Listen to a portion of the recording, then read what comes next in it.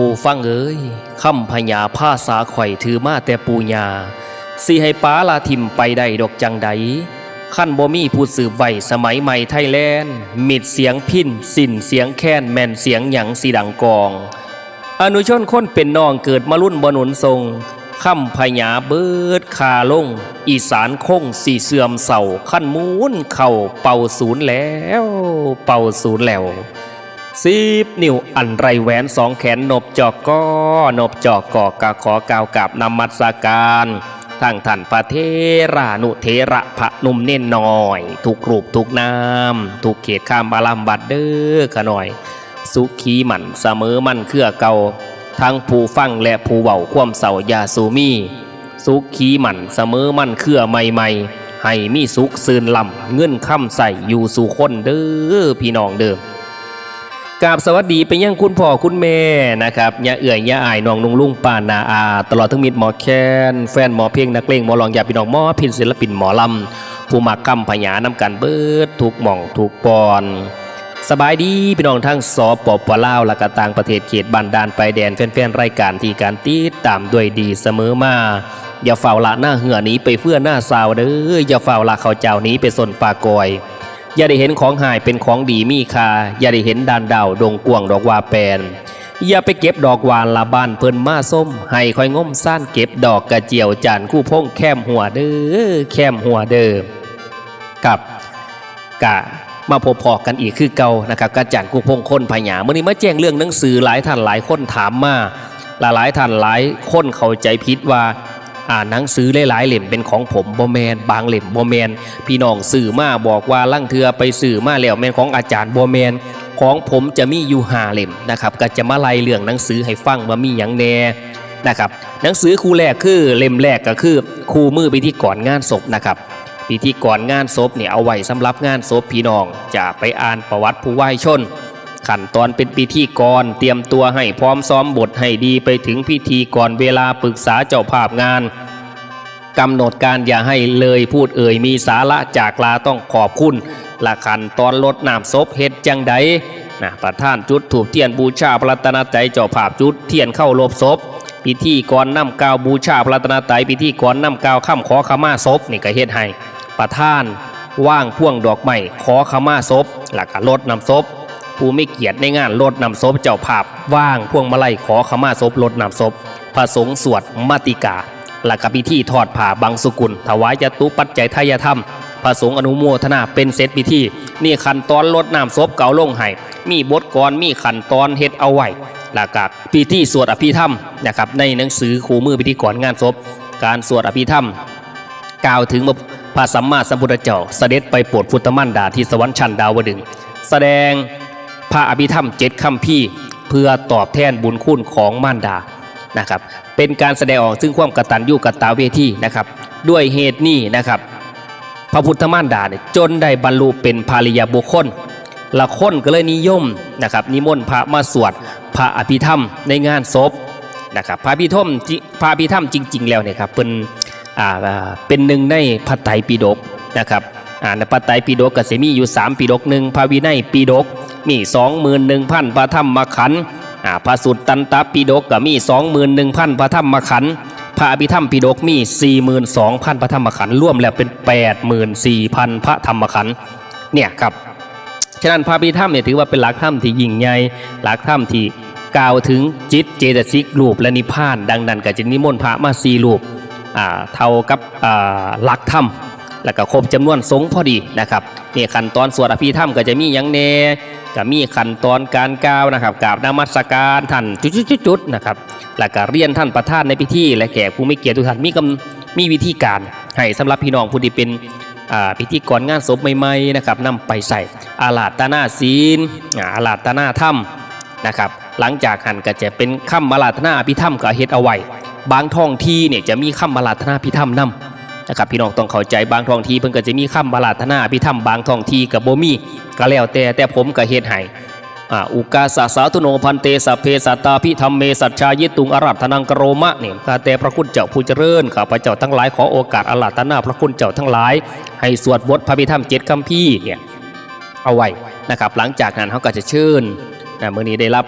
นำจิตนำใจจากเจ้าภาพจักคณะเนี่ยคณะที่1จานคู่พงค้นพญาพร้อมครอบครัวคณะที่2คณะที่3อ่านไปแล้วก็ถวายนะครับมีขั้นตอนเอาไว้อย่างดีสำหรับผู้ใดอยากเป็นพิธีกรในงานศพเริ่มตั้งแต่พิธีรดน้ำศพพิธีสวดอภิธรรมแล้วก็ขั้นตอนงานชาปนกิจศพขั้นตอนการเขียนประวัติผู้วายชนเขียนจังใดมีจักอย่างมี6อย่าง1ศาสตร์กำเนิดคนที่ตายนะครับ2การศึกษาของคนที่ตาย3ชีวิตสมรสครอบครัวของเพิ่น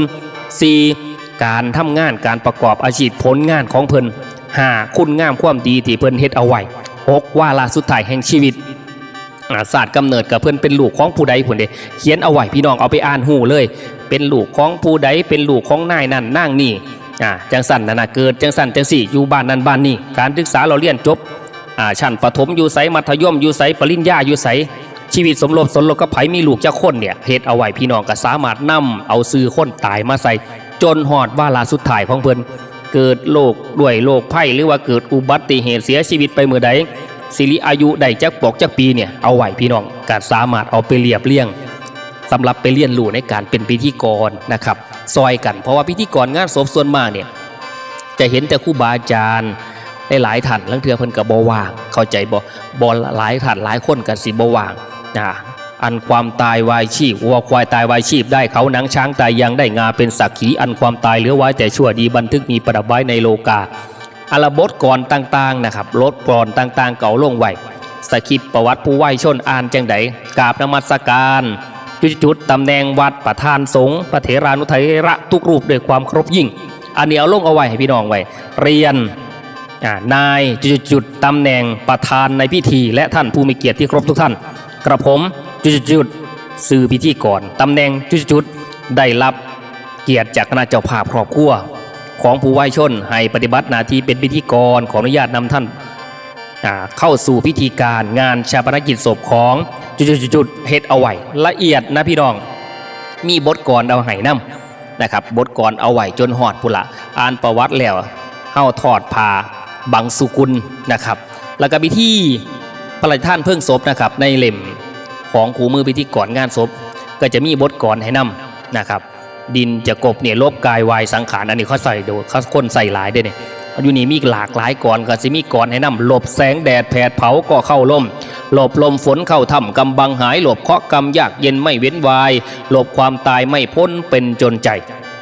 สำหรับบทกรที่จะนำไปใส่นำงานศพเนี่ยก็เฮ็ดเอาไว้หลายเพื่อให้พี่น้องนำไปใส่ใน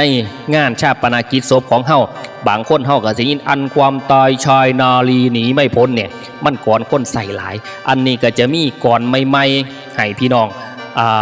นำไปใส่นะครับอันความแก่และความตายใครหนีพ้นใครซ่อนตนเหาะเหินเดินหรือเดินหนีจะมุดถ้ำดำสมุทรสุดปฐพีก็ไม่มีใครหนีพ้นสักคนเดียวนะครับมันเป็นสัญอันความตายสัตว์ทั้งหลายเป็นของแน่เกิดแล้วแก่ล่วงลับดับสูญหาย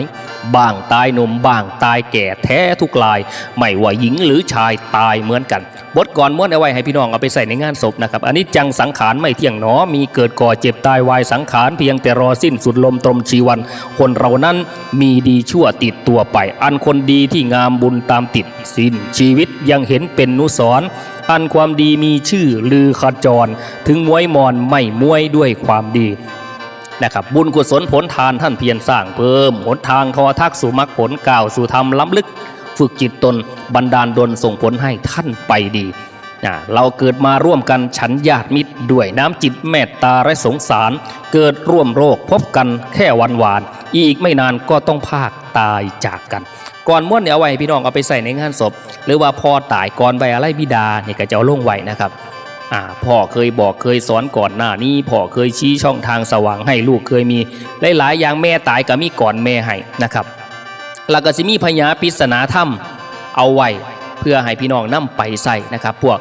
ไปไม่กลับหลับไม่ตื่นฟื้นไม่มีหนีไม่พ้นเนี่ยหลังเฮากับสีบอกเป็นทั้งฝ่ายโลกฝ่ายถ้ำให้คนที่เพิ่นมาฟังเนี่ยบางคนเพิ่นก็ว่าไปบ่กลับคือหยังหลับบ่ตื่นคือหยังไปบ่กลับเนี่ยทางโลกก็คือการเวลามันไปแล้วบ่สามารถย้อนคืนมาได้บ่สามารถที่จะแก้ไขมือว่านไปได้เฮาต้องเฮ็ดปัจจุบัน ทางถ้ำก็คือไปพระนิพพานไปพระนิพพานบ่กลับมาเกิดอันนี้พิธีกรก็นำไปบอกให้พี่น้องฟังหลับบ่ตื่นทางโลกก็คือคนที่นอนหลับทางถ้ำคือคนที่หลงผิดมัวเมาในกิเลสตัณหาหลงมัวเมาในรูปในเสียงในกินในรสม่วนเนี่ยบ่เสือบาปเสือบุญหลงผิดเนี่ยคนว่าหลับบ่ตื่นเลยพวกนี้ฟื้นบ่มีทางโลกคือคนที่ตายไปแล้วฟื้นบ่มีทางถ้ำก็คือกิเลสที่ดับไปแล้วนะครับบ่สามารถฟื้นขึ้นมาอีกหนีบ่พ้นทางโลกคือความตายหนีบ่พ้นทางโลกคือความทุกข์คนเฮาต้องเจอความทุกข์ทุกคนเนี่ยพี่น้องก็สามารถไปได้แล้วก็สิมีอีกหลายอย่างพญาปริศนาธรรมหาบ่นักตักบ่เต็มเข้มบ่จืดมืดบ่แจ้งหมายความว่าจังใดแปลเอาไว้ผู้เพิ่นสูงเพิ่นต่ำเพิ่นดำเพิ่นขาวเพิ่นยาวเพิ่นสั้นเพิ่นมกค้อนเพิ่นนอนเพิ่นนั่งหรือยังเนี่ยเอาไว้แล้วก็จะมีพญาเกี่ยวกับความตายของเฮาชีวิตมันบ่เที่ยงแท้จีรังนะครับอันว่าความตายนั่นบ่มีไผเลี้ยวเห็นบ่มีไผหูเห็นว่าสิตายมือใดแท้แต่ให้ทำดีไว้ประกันโตเอาไว้ก่อนร้อนว่าตายเที่ยงแท้ยังสิได้เพิ่งผ้าสรรพสิ่งในโลกกว้างคือบวงให้เฮาหลงเฮาควรปงอนิจจังดังคำพุทธโสที่ธาตุทั้ง4ขันธ์ทั้ง5ถึงเวลากัดแตกมุนมีแต่บุญศีลทานภาวนาเท่านั้นสิพาอยู่ทรงทางอันนี้เอาลงไว้ในหนังสือคู่มือพิธีกรงานศพเกิดมาแล้วก็ต้องเฒ่าเจ็บแก่และต้องตายอย่าไปมั่วเมาหลายบ่เป็นของคงที่ขอเตือนน้องและอ้ายอย่าประมาทในคืนวันชีวิตเฮาสิแปรผันบ่เจริญเรื่องลุงสิตายวันตายผุ่งตายดีหรือตายซัวเฮาก็บ่ฮู้ตัวมันบ่บอกล่วงหน้าสิตายซ่าหรือว่าไวว่าซั่น อันนี้พี่น้องก็สามารถนำเอาไปเว้าให้พี่น้องได้งานศพงานชาปนกิจได้นะครับเพื่อเป็นข้อคิดคติเตือนใจให้คนเฮาอย่าประมาทในชีวิตอันนี้หนังสือเล่มแรกนะครับคู่มือพิธีกรงานศพเล่มที่2ของจารย์คู่พงก็จะเป็นการร่วมพญายังแน่ก็จะมีร่วมพญากอมนะมีพญากอมพญากอมก็คือพญาสันอย่างเช่นนิทานกอมบุญหลายสายยาวกินบ่บกจกบ่ลงบุญแลนทับซับแลนหาผัวดุกเมียคอนะครับบุญมีแล้วแนวดีป่องใสนั่นนะไม่แก่กลัวหลัวจัวแก่เกาพระตาดีได้ตาลายเสียนะใจหายเป็นผีใจดีเป็นพระอันนี้พญากอมตื่นเด็กคือกาหากินคือไก่เนี่ยพญากอมหยาบเบ้าพญาคำว่าหยาบเบ้าคือสำนวนภาษิตที่เปรียบเปยมักเบ้ากันนะครับเป็นคำอุปไมยคติสอนใจเรื่องความทุกข์ความสุขอายุคนเฮาเรื่องดีบ่ดีเรื่องศีลเรื่องธรรมอย่างเช่นว่ามีเฮือนบ่มีฟ้ามีหน้าบ่มีห้องบ่ดีมีปองบ่มีฝาอัดมีบัดบ่มีผ้าสงบ่ดีมีถงบ่มีบอนหอยบ่ดีมีข่อยบ่มีบ่ใส่บ่ดีพ่อแม่ก็สิมาบอกเป็นหยาบพญา10 ปีอาบน้ำบ่หนาวเศร้าปีเล่นสาวบ่เบื่อ30 ปีหูเมื่อก่อนไกล40 ปีไปให้มาปวดขาเนี่ยเป็นหยาบเบานะครับอย่างเช่นเรื่องศีลกับปาราชิก4โตจำหมันสังฆานั่นมีอยู่13 2ตัวตามซื้ออริยสัจ30ทัดเมนิสักขีปาจิตตีเก่า12ถ่วน4ตัวหลวนซื้อปฏิเทศนิยาเขขีวัดมี75 7ตัวหลาเม็ดอธิกรตามคำสอนไม่อยู่8หมู่นับให้ครู227นี่ศีล27ข้อนะครับหรือว่าจะเป็นตรงโตยพญาตรงโตยคือสำนวนข้อคิดในการดำรงชีวิตมีทั้งสัมผัสและบ่สัมผัสแล้วก็มีทั้ง2วรรค3วรรคอย่างเช่น2วรรคก็มีหัวหลายหลักจังหมั่นพี่น้องหลายสั่นจังดีเนี่ยเป็น2วรรคนะครับส่วน3วรรคได้ไม่ลืมเก่าได้เต่าลืมหมาเป็นได้มหาลืมพ่อแม่เนี่ยอย่ายางตีนนักอย่าหักด่ามผ้าอย่าหัวซ่าผู้เฒ่าอันนี้เนี่ยมันมีทั้ง2วรรค3วรรคนี่เป็นตรงตัวนะครับขอคิดสอนลูกหลานและก็จะมีพญาคำสอนเอาลงในร่วมพญาย่ำเฮาหน่อยให้เฮามันเฮียนคูนบุญเฮามียอดสูงเพียงฝ่าไปทั้งหนาหาเงินได้ลาดหมื่นไผผู้ความหูตื่นเงินแบ่งบอกแกนทงอันนี้เป็นพญาคำสอนเป็นยิ่งนี่ทำเนียมให้มั่นเทียงตีนผมให้ลำเกียงตีนสินให้ลำเพียงเป็นไส้นี่ขอให้เป็นไส้แถ่ยาแกมกี่หินแห่ไส้กระไส้แถ่ต้มนั่นยาสะแกมบนว่าเนี่ยผัวเมียเนี่ยกูมึงจะได้ว่าให้บ่ข่อยและเจ้าเถิงเถ่าชั่วชีวังอันนี้เป็นพญาคำสอนว่าจะเป็นสอนผู้ชายสอนเด็กหน่อยกล่าวลงในหนังสือร่วมพญาแล้วก็พญาถ้ำคือพญาที่ลึกซึ้งแฝงขอคิดกติเตือนใจในการท่านรักษาศีลเจริญจิตตภาวนาและความบ่เที่ยงแท้ของสังขารอย่างเช่นพระพุทธองค์ตัดใบไผ่ทำท่านเทถอดซ้ำมีหยอดซอฝ่าปลาละขับเครื่องคุ้นย่ำบ่ตายย่ำเมื่อตายกับบวุฒย่ำอยู่กับสุขีพอผลท่านเฮามีจังอยู่ดีมีได้อันโพยไพ่บ่มาของฟุ้งโลค่าบ่มาพานพอผลท่านซอยอยู่สู้ขึ้นทรงสวรรค์เนี่ยอันว่าศีลนี่เป็นของดีอันล้ำค่าจงรักษาตัวเขตข่ายอาศัยส่วนเพิงผ้าสันเนี่ยจะเป็น พญาธรรมแล้วก็พญาอวยพรสำหรับที่เฮานำไปอำนวยอวยพรในงานบุญกุศลบุญยกซอฝ่าใบลากาบุญพระเวทเทศมหาจาร์13กันพันภาคาถาบุญ2กฐานบุญผาปาเอาไปใส่อำนวยอวยพรกสิมีขอแถมพรให้เจ้าจงมีแต่ความสุขอันตรายภัยทุกข์อย่าสุมีมาต้องให้สมปองเด้อเจ้าสมหวังบุญเป็นที่เพิงให้เจ้าสุขเรื่องมีแต่รวยขึ้นหนาโลค่าไข่ยาสุมีสาธุเด้อเจ้าทำบุญแล้วอยากได้หยังไก่ได้สมดำดังใจกำอย่าเห็นเว้นอย่าได้ไพ่ม่านอย่ามาพานอานิสงส์ผลท่านจงอำนวยผลทรงให้รวยขึ้นทุกคำคืนมีเงินหมื่นคูล้านมีเงินล้านเต็มกระเป๋าอันนี้เป็นพญาอวยพรนะครับก็สิแยกพญาให้พี่น้องได้รู้จักว่าพญามีจักประเภทซึ่งและพญาเนี่ยก็จะมีความมวลขอคิดคติเตือนใจหลายอย่างแล้วก็พญาเกี่ยวเป็นพญาที่ผู้หนุ่มผู้สาวมักจะเอามาจีบกันสมัยแต่ก่อนมาเดินว่าประเพณีลงควงคือเดินบ้านล้านบ้านเวลาย่ำเสร็จจากเวียกจากการจากงานเฮ็ดให้ใส่หน้าย่ำกลางค่ำกลางคืนผู้สาวกับสิปั้นฝ่ายตั้มโหกแมนบ่ส่วนนั้นผู้บ่าวกับสิเป่าแค้นดีดพินสีซ้อมาหาผู้สาวกับสิปูศาสตร์เอาเสียนเมียงหมากแอบยามาไว้ตอนรับผู้บ่าวมากผู้ใดกับสิไปจ่ายพญาผู้สาวกับสิจ่ายไอจานคู่พงแม่นจะเดินดุงดันประสงค์สินทันใดใจประสงค์หนังน้อจึงดวนมาทางเพียจานคู่พงสิว่าโอ้ยหลานางใจประสงค์ต่อเจ้าจึงเด็กเข้ามาหาใจประสงค์ขวัญตาจึงใดมาหาเจ้า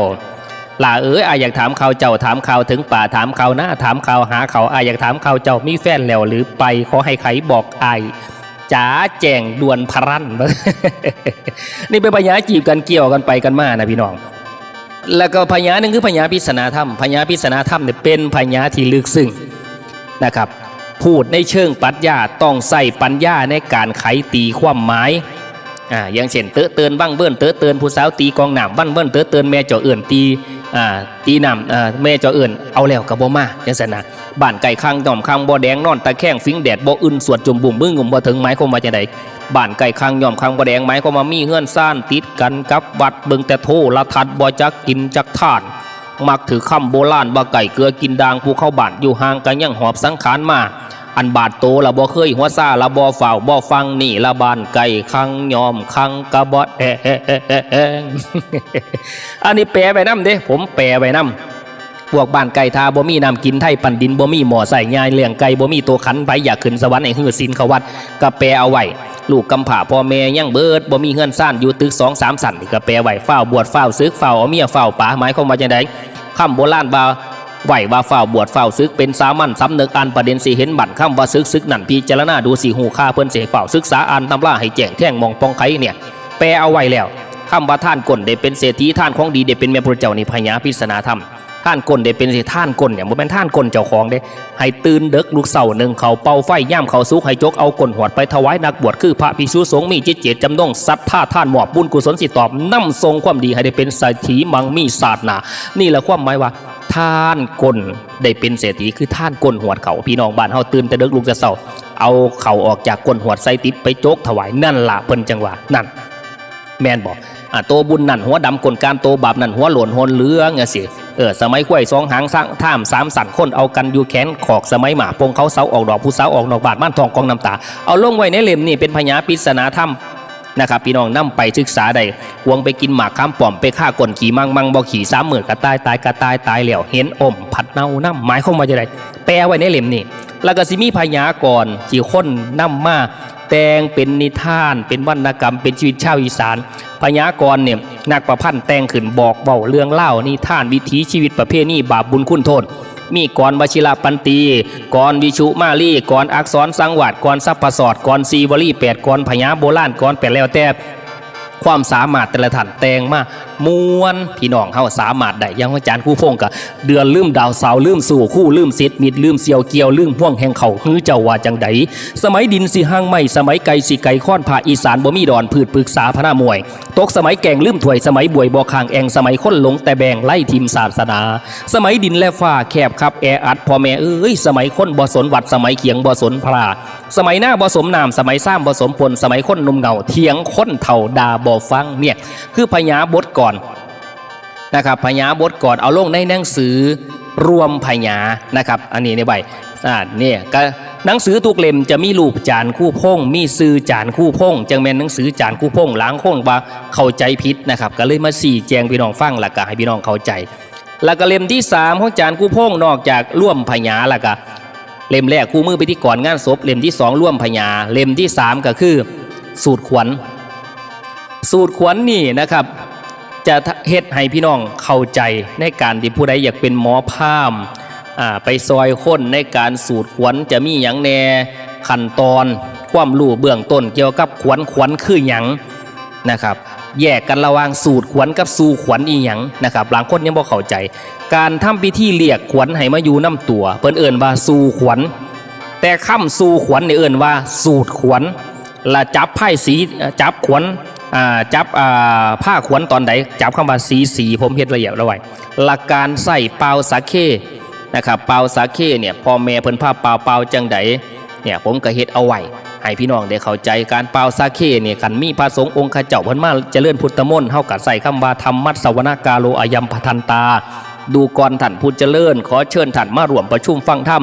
ถ้าบ่มีพระสงฆ์องค์ข้าเจ้ามาแสดงธรรมเป่าสาเคตอนบทลงเฮากับบ่ใส่ธรรมัสวนะใส่หยังให้ใส่คำว่าอะยาจนะกาโลอายัมปทันตาแปลว่าดูก่อนท่านผู้เจริญขอเชิญท่านมาอำนวยอวยพรขอเชิญเทวดามาอวยพรบ่แม่นมาฟังธรรมนะครับก็สิมีมือเบิงนะครับทิศทางทิศหัวใจเป็นทิศหัวใจตายหรือว่าทิศเทพพระเจ้าของหมอทำขวัญหมอพราหมณ์ต้องไปศึกษาว่าทิศเทพพระเจ้าวันอาทิตย์อยู่ทิศใดทิศตะวันออกเฉียงใต้ทิศอาคเนย์ลักษณะแล้วก็ทิศหัวใจเป็นอยู่ของผู้รับขวัญนี่หันหน้าไปทางทิศใดเนี่ยผมก็เฮ็ดเอาไว้แล้วก็วันหามสู่ขวัญหรือวันทิศล่าหูวันตายหามใดเดือนใดหามนะครับจังสันนะแล้วคาถาขั้นตอนการ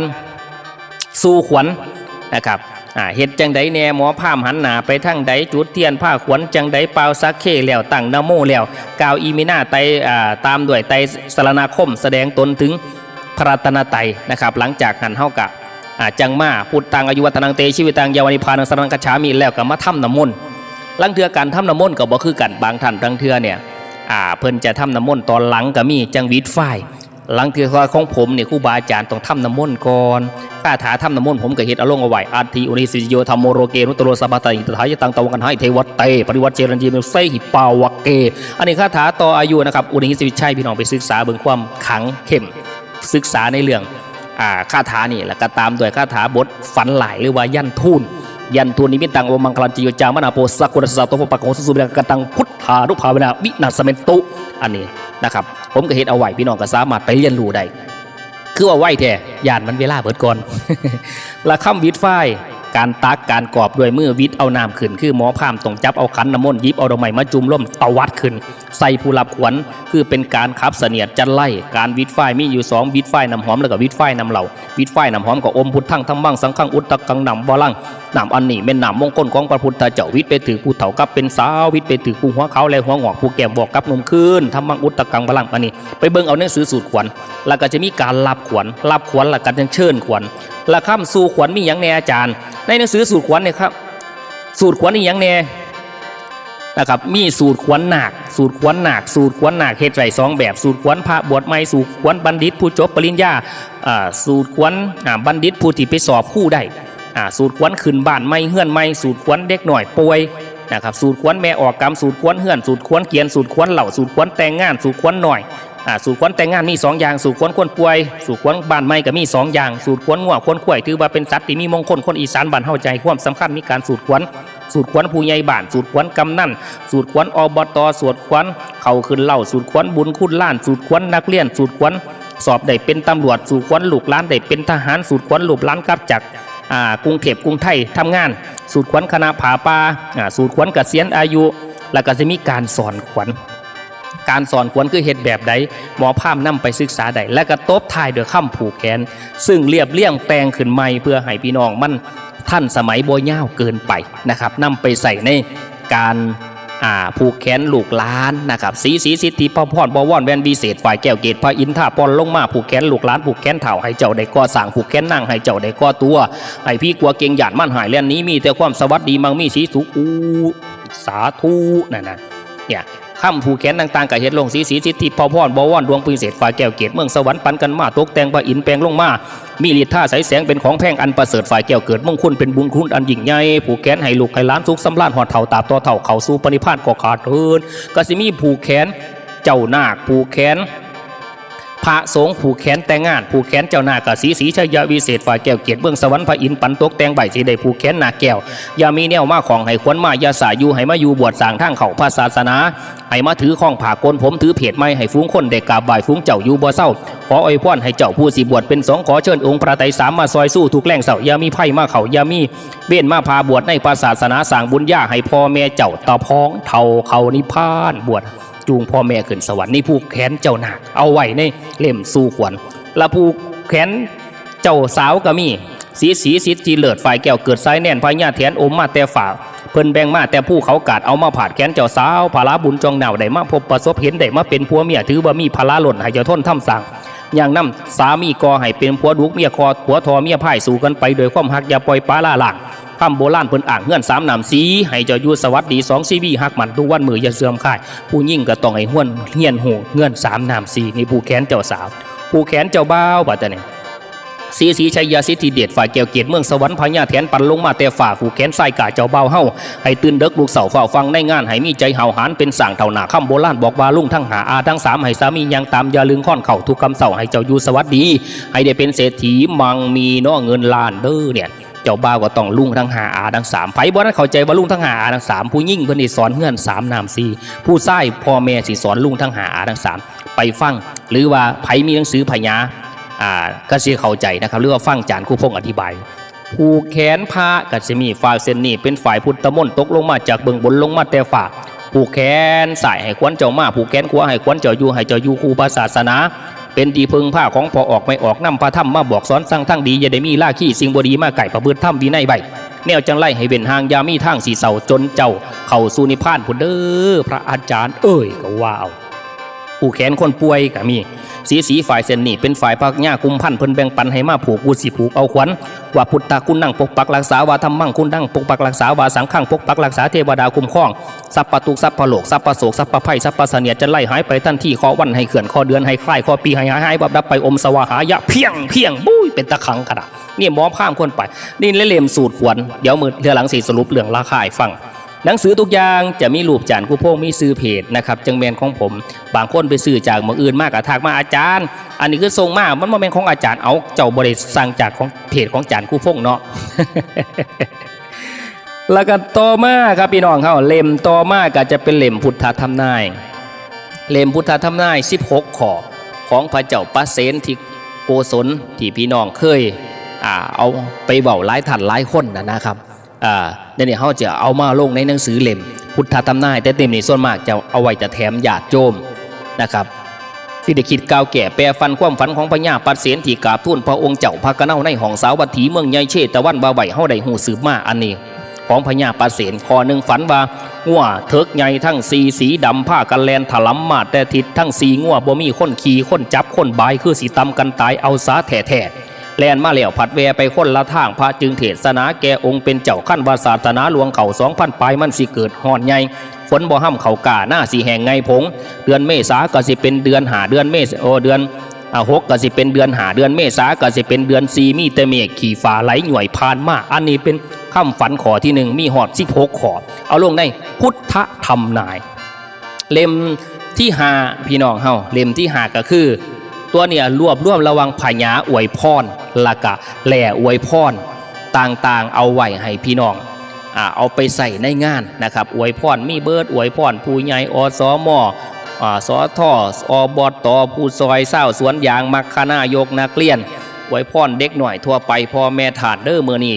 ดีเด่นเห็นถนัดบริเวณในวัดหลวนแต่คนดีถาดไม่หลายพันหลายลอยมาทำท่านบริจาคความทุกข์ยากให้เว้นเข็นหายาสุมี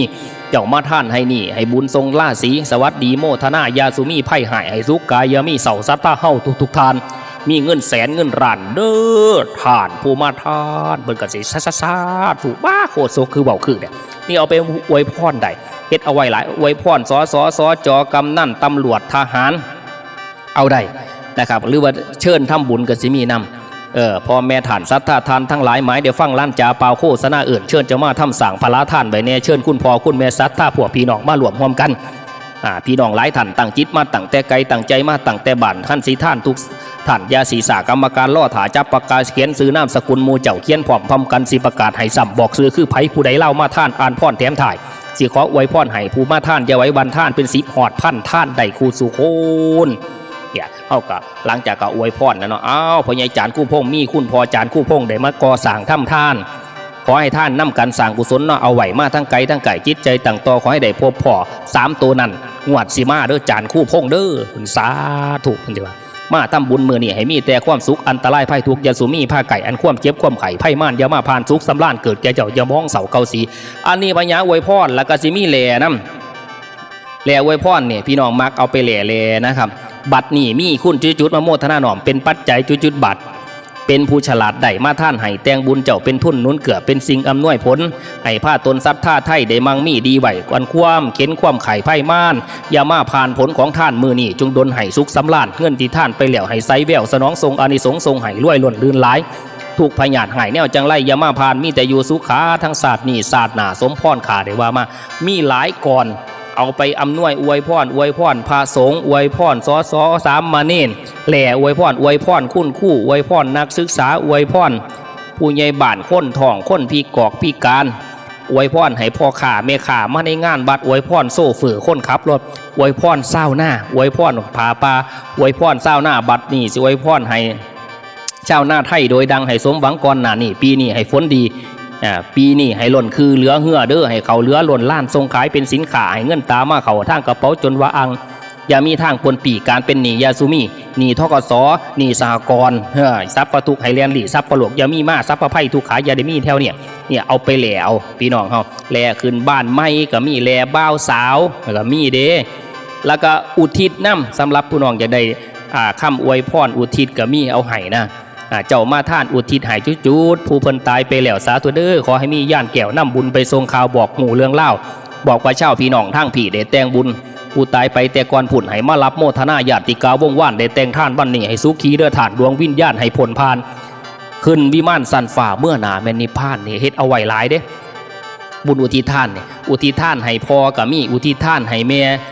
แหล่อุทิศท่านให้พ่อแม่แหล่อุทิศท่านให้ลูกแหล่อุทิศท่านให้เมียแหล่อุทิศท่านให้ผัวตายก่อนเมียก่อนแล้วก็มีแหล่เชิญดวงวิญญาณที่พี่น้องมาว่าอยากได้เอาไปใส่ในงานอันนี้ก็จะมี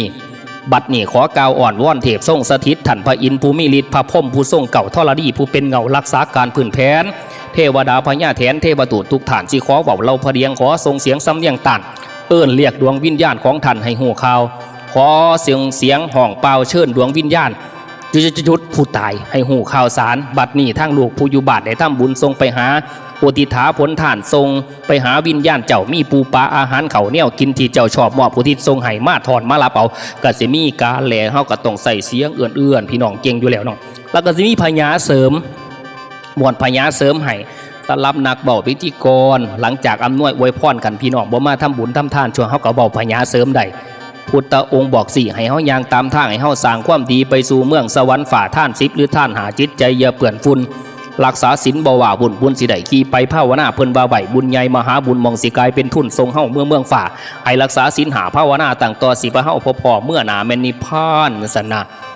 การทำดีมีมุนให้มีน้ำใจแบ่งปันบุญของไผกรรมของมันแบ่งปันกันบ่มีใดไผผู้ทำสร้างใบบุญหลายบ่ตกต่ำไผบ่ทำสร้างใบความทุกข์ให้กะแล่นหาเรียนเชิญพี่น้องจับมือลูกจูงแขนหลานประสานมือแฟนควงแข็งพอตานำผ้าแม่ย่ายมาสั่งกองบุญน้ำกันเด้อที่กองอำนวยการเหือกะเราอาศัยหนามกะเราอาศัยเหือผัวกับเมียอาศัยกันจังอยู่น้ำกันได้วัดกะอาศัยบ้านกะเราอาศัยวัดยาสุมีความขาดสางสัมพันธ์ทั้งสองกับแนวพระธรรมอาศัยเจ้าพระสงฆ์เฮาเทศโปรดให้ละโสดตัวสาเอาไว้ตั้งแต่บุญเลยบ่มีเวทวุ่น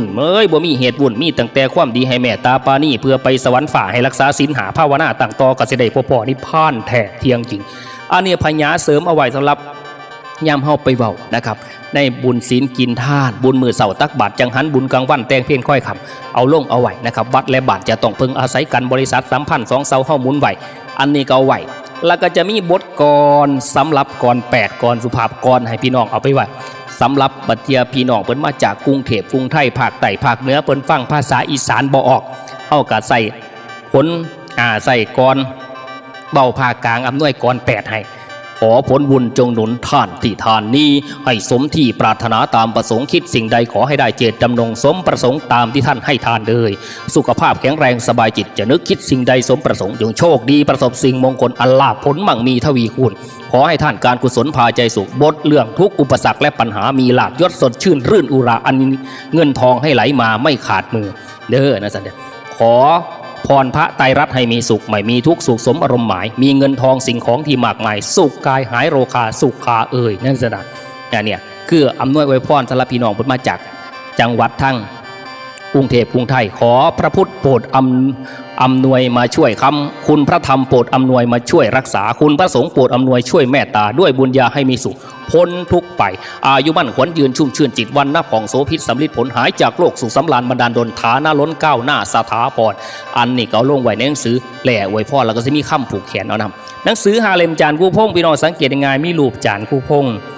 แล้วก็จะมีชื่อของเพจมีเบอร์โทรมีเลขลิขสิทธิ์เอาไว้นะครับเพื่อให้พี่น้องได้ติดตามโทรหาอาจารย์คู่พงสอบถามได้ต่างๆแล้วก็แจ้งหนังสือนะครับสำหรับคู่มือพิธีกรงานศพเนี่ยครับแจ้งพี่น้องนำนะครับเดี๋ยวให้แอดมินพลงเบอร์โทรสอบถามได้คู่มือพิธีกรงานศพกับ250 บาทนะครับจัดส่งฟรีเก็บเงินปลายทาง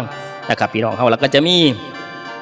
ร่วมพญากับ250 บาทนะครับจัดส่งฟรีเก็บเงินปลายทางสูตรขวัญนี่280 บาทจัดส่งฟรีเก็บเงินปลายทางพุทธธรรมหน้านี่150 บาทนะครับแลอวยพรกับ250 บาททุกอย่างจัดส่งฟรีเก็บเงินปลายทางโซ่สอบ3ได้ปรึกษาได้บางคนเพิ่นว่าเอาผมมาจดเอาคำกรของอาจารย์ไปเบาในงานเพิ่นว่าอุ้ยคนมักขนาดมันดีแหละผมจังมาขอสื่อน้ำอาจารย์เพิ่นว่า หลายคนเอาไปใส่แล้วมันเกิดไปดีครับให้พี่น้องเอาไปใส่ผมเชื่อว่าหลายท่านหลายคนผมอยากให้มีหมอสูตรหมอขวัญแล้วก็โคศกพิธีกรงานวัดหลักโคศกงานศพนะครับบางเทื่อมันไปเชิญครูบาอาจารย์จากบ้านอื่นเพิ่นบ่ว่างเฮาต้องมีในประจำหมู่บ้านเฮามีโคศกพิธีกรงานศพงานวัดงานบุญหมอสูตรหมอขวัญปรึกษาหารือศึกษาเอาไว้ซอยกันเอาไว้ซอยรักษากันเอาไว้มุ่นมั่งเฮาสิลำคานี่ละคือคำพญาเศษแห่งเดียวเสี่ยวแห่งของไอ้มั่นกองทั่วอีสานเนาะหลังจากเอาแจ้งแล้วพี่น้องมื้อนี้เอาเดี๋ยวให้เพิ่นเอารูปหนังสือขึ้นไปนำพี่น้องได้เบิ่งสนใจจังสอบถามคอมเมนต์สำหรับผู้ใดที่สนับสนุนไปแล้วสั่งซื้อไปแล้วขอบพระคุณหลายๆก็หวังว่ามันสิเป็นประโยชน์แก่พี่น้องนำไปศึกษาสืบห้อยตาว่าห้อยปูประโลกตกถอดมูลมั่งสังขยาให้พี่น้องทุกท่านทุกคนเด้อเงินหมื่นไหลเข้าแขนเงินแสนไหลเข่าบานเงินล้านไหลเข่ากระเป๋าล่ำรวยตลอดปีโชคดีตลอดไปมันยืนสวัสดีครับ